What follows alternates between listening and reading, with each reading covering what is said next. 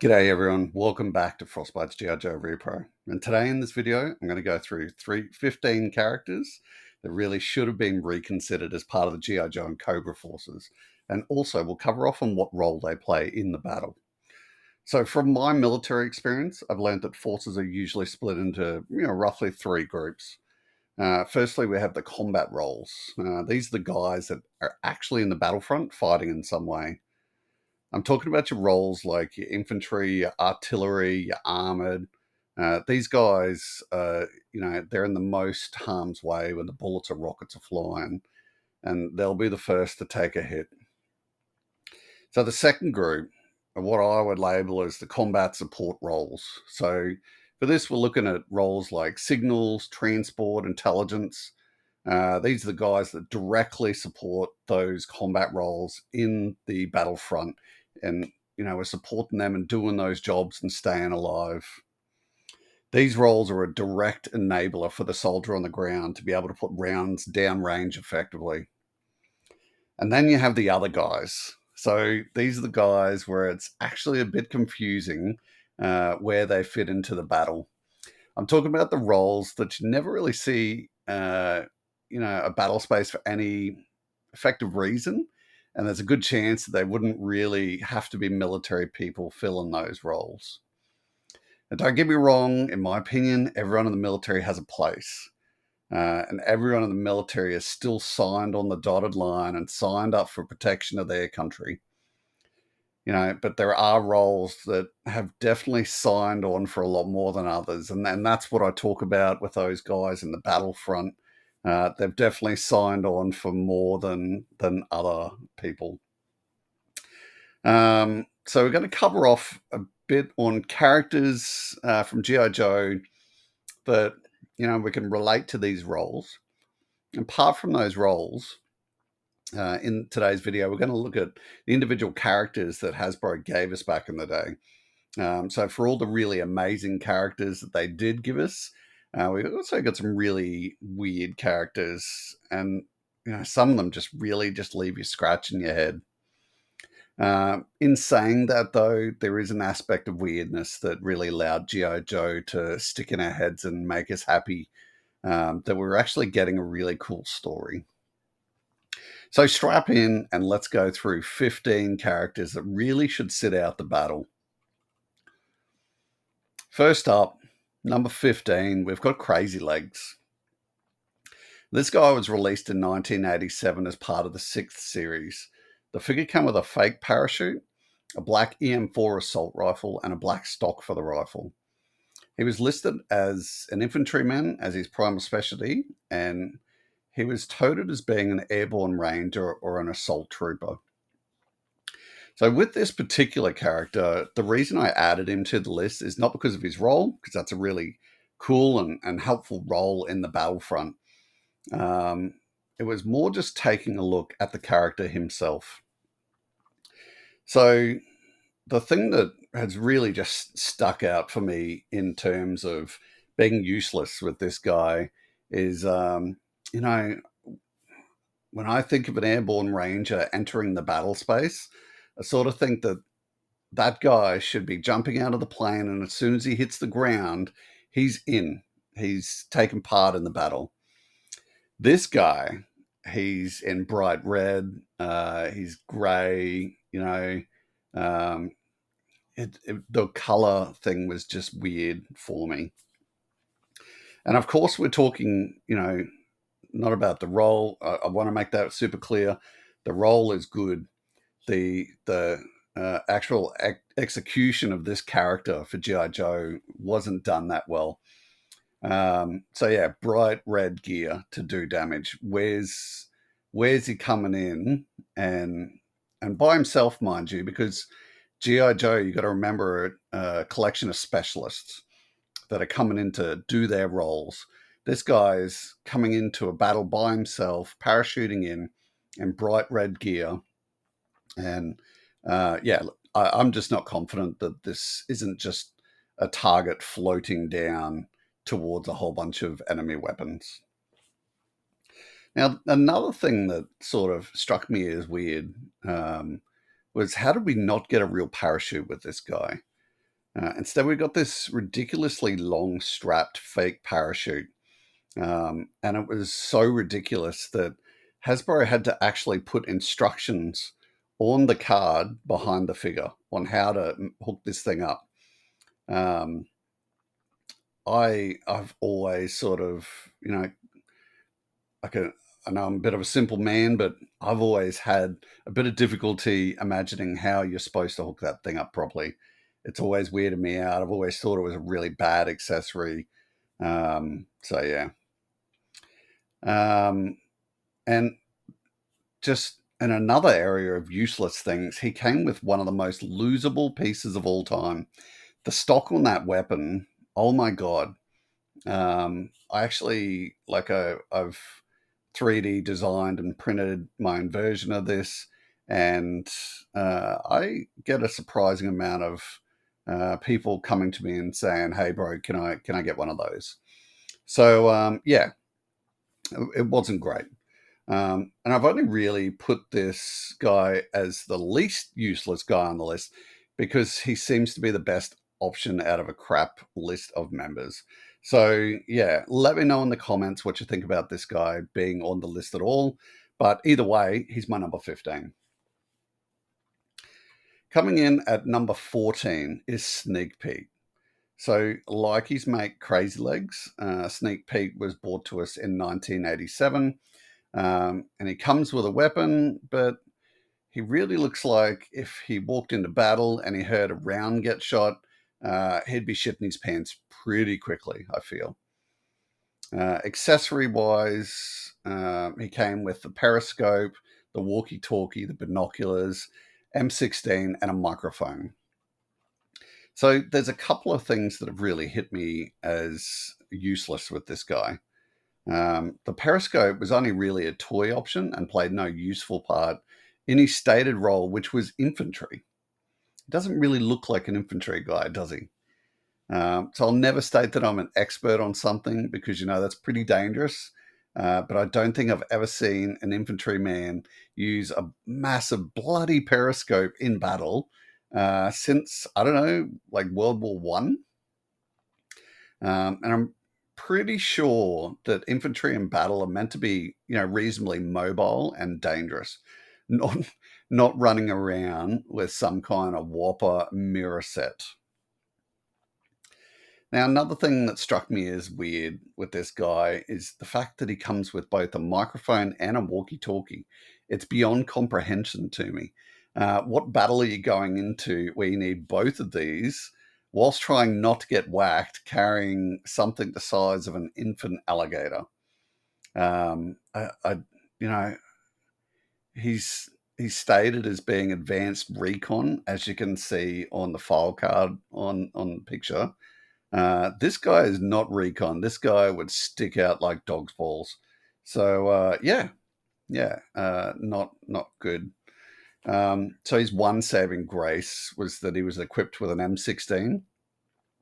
But once again, take a look at him. He doesn't look like the kind of guy that would be using that weapon too much. Also, like his mate Crazy Legs, I'm really unsure as to why Hasbro went to the length of putting bright red on this guy.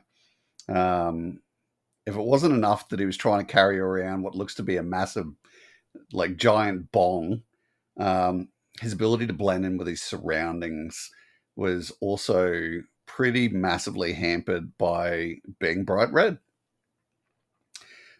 Just of note, the figure had the face sculpt of a 14-year-old boy, and if you know the reason why he had the sculpt of a 14-year-old boy.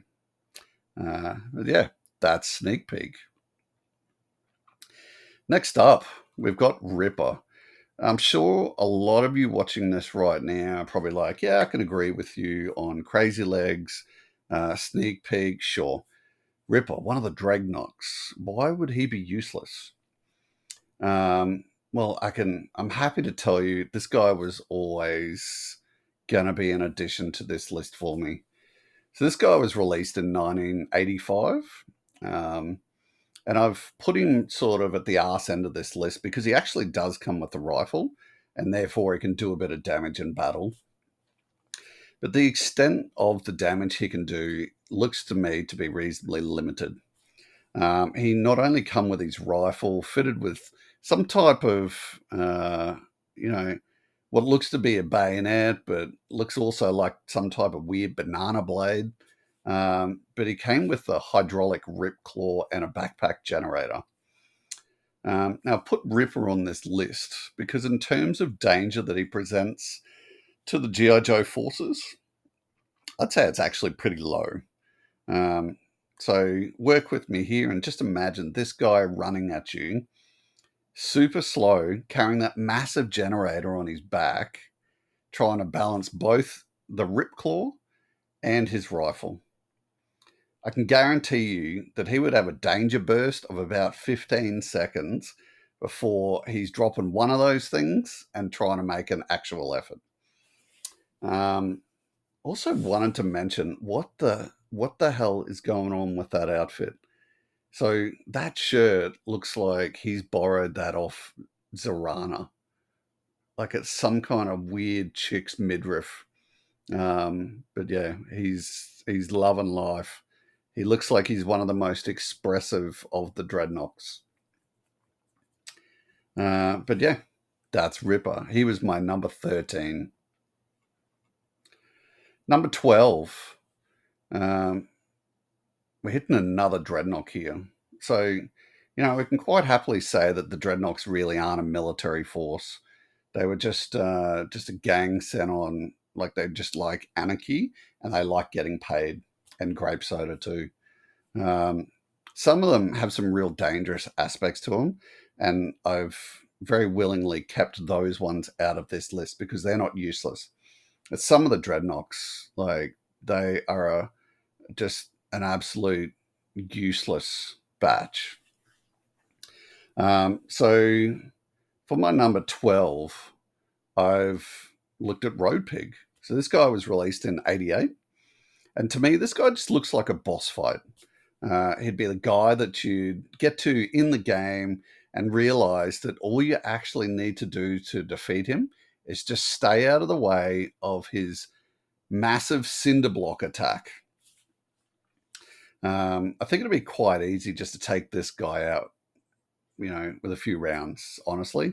The battle with this guy would consist of him picking up his cinder block mace or hammer thing, start running at you, and then you take care of business, and that battle is over. So, yeah, he just strikes me as someone that Cobra would be like, hey, bro, they just stole your Twinkies, and he's running at you, and then all of a sudden he's not running at you. So to me, pretty useless. He's going down real quick. So yeah, that's why he was my number 12 on this list. Number 11. I've chucked the Fridge in here. Now, this guy, he was pretty interesting over here in Australia. I don't know how America was introduced to him, as in the figure-wise, with the mail-away aspect. But in Australia, this guy was introduced to the Joe range in 1986, and it was a bit of a promotional thing. So how it happened over here is we saw him advertised as part of an ice block promotion. I can't remember what you actually had to do, but I believe it was consisting of eating a metric shit ton of GI Joe ice blocks and sending in something. I can't remember if it was the sticks or, a bit of the wrapper. But it was something you had to send in, and they would send you the Fridge. And I, looking back on it as an adult, it just amazes me how cool, how cool it was that you had to eat a whole bunch of ice blocks to get the Fridge. It was such a great promotional idea. This guy is listed in the role as a physical training instructor or a physical instructor. And therefore we wouldn't be seeing him in battle too much. So PTIs, I'm not overly a fan of PTIs. These guys sit in the rear with the gear, dealing out burpees like it's no one's business. From my time in the military, I never met a PTI that I liked. Usually they'd start out the session being all happy and they're your best mate. And then by the end, you just want to vomit all over them. So traditionally, these were the guys making you do exercise routines that were thought up in the realms of hell while they stood there looking at themselves in the mirror. Um, yeah, fascinating component of the military, the old PTIs. So, like Road Pig, this guy is a total condom full of walnuts. And unless you get caught up in close quarter combat, and he starts pounding you with his kooky as shit football on a chain thing, you'd be winning every day with a rifle 10 meters away with this guy. He would have no comeback at all. It'd be all like, I'm William Perry, I'm going to take you, and then he's gone. So, yeah, that's why he's my number 11 of useless dudes. Number 10, Buzzer. Now, this guy also was a bit of an easy one for my list. He's got the weirdest combination of accessories that I could find, in my opinion. He's got a chainsaw, an axe, and a jerry can backpack. So I don't know what he's doing with all that shit unless it's close quarter stuff, which is useless, I would think, in most battles. So, firstly, what the hell is the jerry can for, and why carry it as a backpack? I've done a few jerry can carries for PT in the military in my time, and that shit, I can tell you, is not easy. So I can't think of many things worse to me right now than strapping that onto my back, and as I'm running into a battle situation, having that thing sloshing around on my back. It is not appealing to me in any form. Another thing that sort of struck me as weird and just useless with this guy is, why does the chainsaw have an arm stock? And it's apparently diamond toothed as well. Like, so fascinated about, um, like, this thing needs to cut through anything I come across. But meanwhile, you don't carry an actual firearm. So, yeah, I sort of thought that was going to a whole bunch of trouble for very little gain. This guy is, he just fits more into that realm of the weirdness at the time, and he was a character. Um, so another thing is his axe. It's a weird piece. Um, why does it have a chain in the middle of it? So someone comes close, he'll probably sort him a new asshole, except this guy is getting taken out real quickly. He's then getting covered in petrol and satellite for his troubles. Um, Seriously, all these guys are good for, the dreadnoughts, most of them, is wrecking stuff when no one is around to actually battle them. Which to me doesn't make him any more special than any other character, really. Um, yeah, just useless. Like, as soon as some dude turns up to battle them, they're gone. So that's my number 10. Number 9. Now I've picked Scoop. So this guy, we first saw him in '89, and just say straight off, at least he comes with a pistol. That's his one saving grace here for usefulness. Um, I do see there's great purpose in filming the battle and giving the Joe commanders an accurate view of what's happening in the red zone. But like his mate Sneak Peek, can you imagine this guy beside you in battle, carrying that whopper of a camera that the figure comes with, like it's ridiculously oversized. And as you can see on the comic cover on the right there, at least they sort of tuned down the size to keep it a little less stupid. I think, I sort of don't know why they didn't have that size camera for the figure. It's ridiculously oversized. So another thing is, like some of the other boys in this list, he has a weird outfit, and it doesn't exactly scream safely camouflaged to me.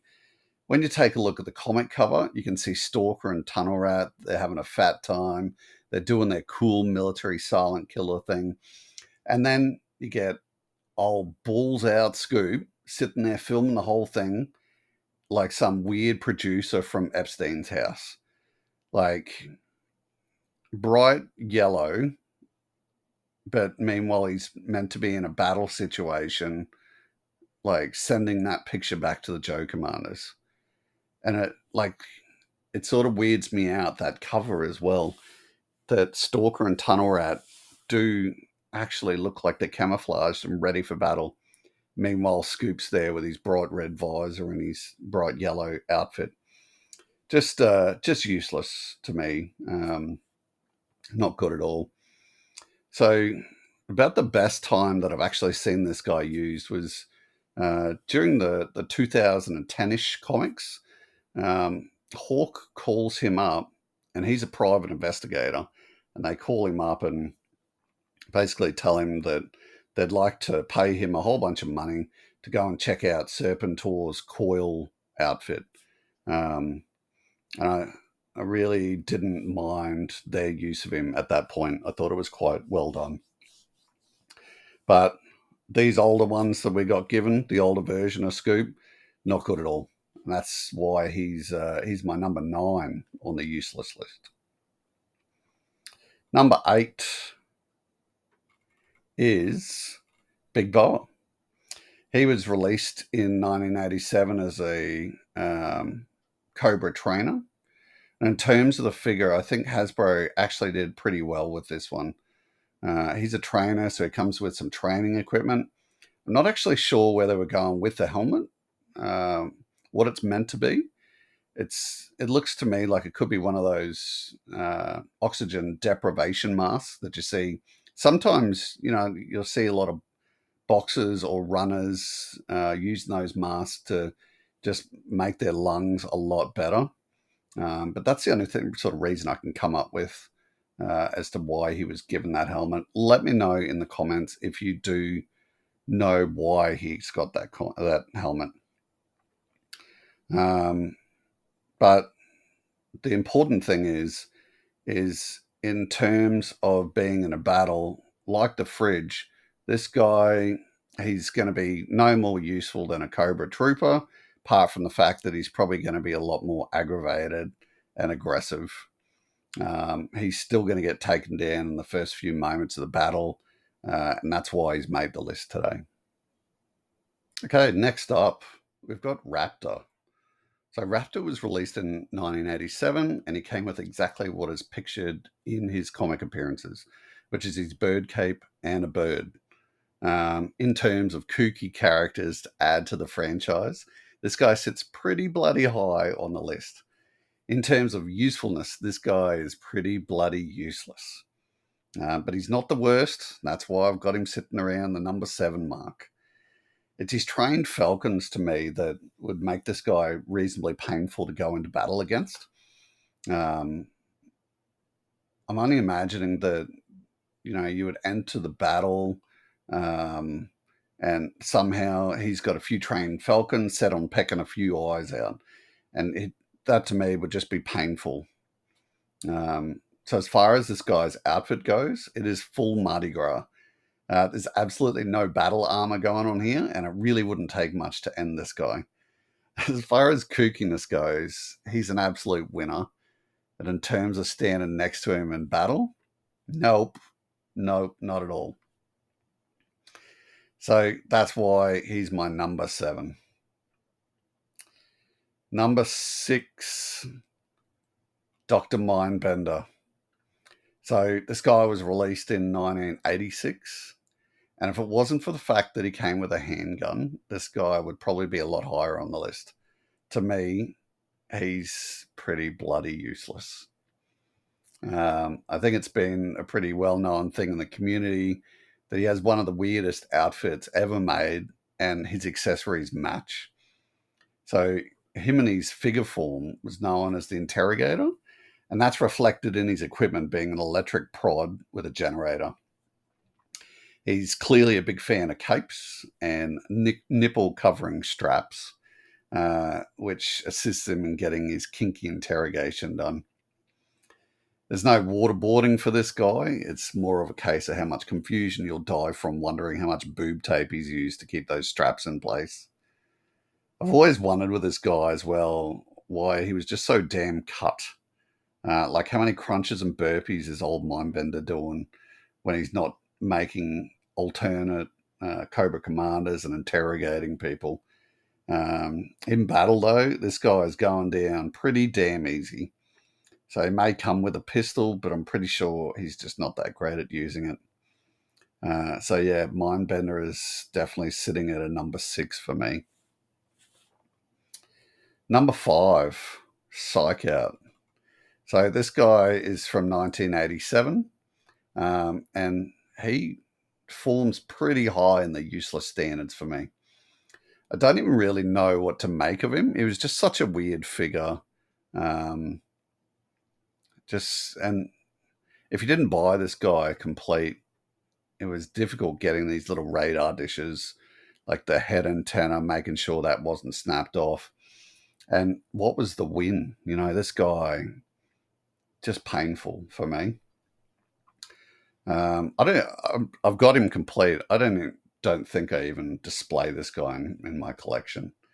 So he came with a pistol, a backpack, antenna, and multiple radar dishes.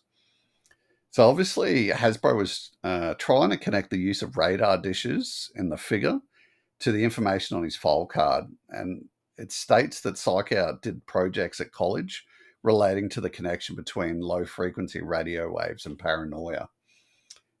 Sort of feel that they're implying this guy would just walk into a battlefield and all of a sudden people would just start getting paranoid. However, all they created was really just a walking target that, probably won't be walking for too much longer. In his file card, they also then weirdly flipped on the lower part of the card, and they started talking about how PSYOPs work, which is that's this guy's primary specialty, PSYOPs, psychological operations. I find that weird though, because there's been a long history of PSYOPs being used in wartime situations. No one's, from my recollection, we've never really seen anyone walking into battle using low frequency radio waves to make people paranoid. So yeah, I don't know. Just to me, the whole thing kind of stinks. And then looking on the file card, you see up the top, and his specialty is deceptive warfare. So is he all about using radio frequency comms to do bad shit? Or is he deceptive warfare? Or is he just flat out PSYOPs? It just all stinks for me. I actually would have liked if Hasbro had made somewhere between Crystal Ball and Chuckles, which in my opinion would have been closer to some kind of PSYOPs operator. But whatever. This is the guy we got. Yeah, he's just always been useless to me. So, but he's got a pistol, so he's not the worst guy on this list. Number 4, Barbecue. Now, I felt dirty putting him on this list. I've always really had a bit of a liking for this guy from 1985. I was not a fan of how he was portrayed in the recent episode that I retold the story of, which was Worlds Without End. I wasn't a fan of him in that. But the original figure, like, this was GI Joe's OG devoted firefighter. I really quite like his outfit and accessories.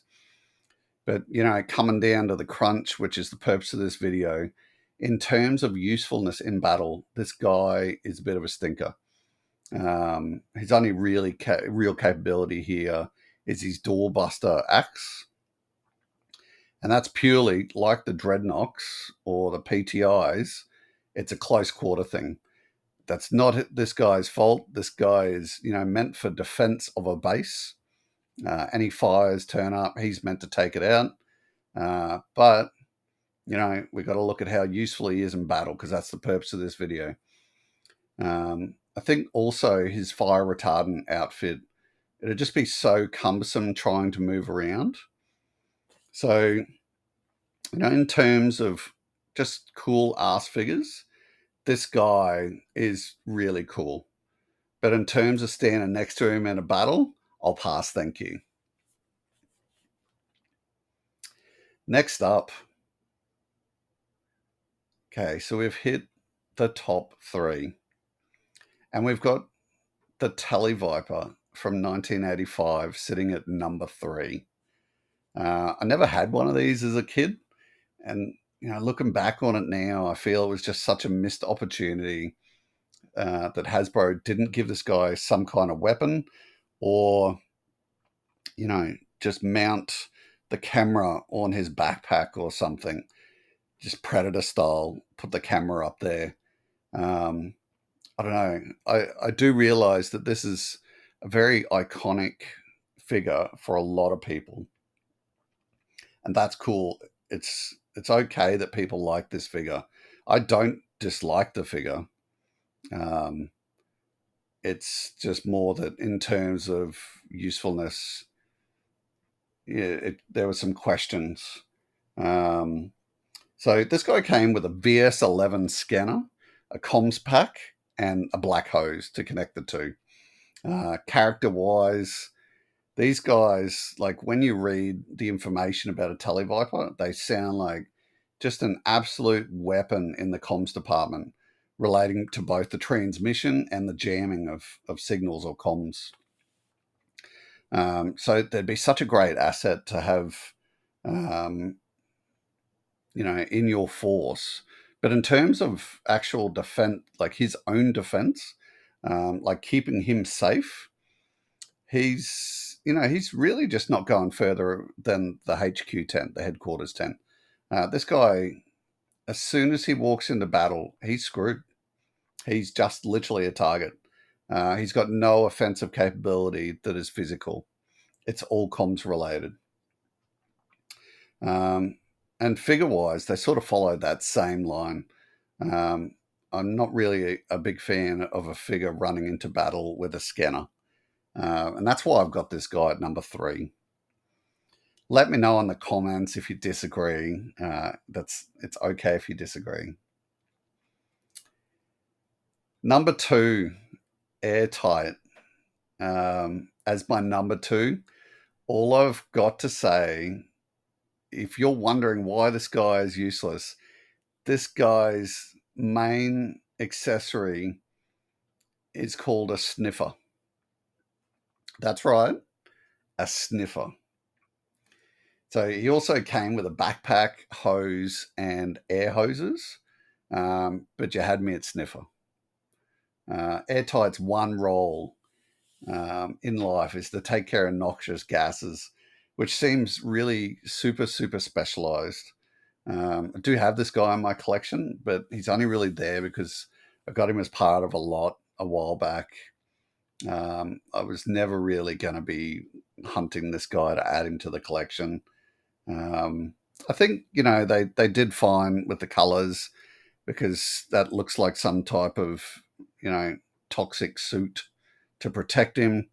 But yeah, in terms of just him, he just strikes me as useless. But, you know, the important thing is, whilst being useless, he's not the number one guy on the list. And that's, I've got him at number 2. Now for number 1. Crystal Ball from 1987. He's on my list as my number 1 most useless guy in battle. As a figure, he only came with a shield that would apparently aid him in attempting to hypnotize you. Unlike Mindbender, who came with multiple weapons, this guy is fully shit out of luck when it comes to battle time. The only reason you would take this guy into battle with you is either for the enemy to waste their ammo on him, or for him to be used to drag the bodies back or out of battle, when they get hit. Of note, though, in terms of coolness, I didn't think the original character was cool at all. And then I sort of read about him and how he was used in the comics around that 2010 era. And he was definitely expressed as just a super, super creepy dude who had some type of mystic powers. Like, he was definitely portrayed as not being normal. But in looking at the entire line of Joes and Cobra up to 1994, this guy totally red flagged as the most useless guy in the entire line. Let me know in the comments if you think I've missed someone in today's list, or you might have put them in a different order. Let me know. Talk to me. Otherwise, until I see you next time, go check out my previous videos and stay frosty. Bye-bye.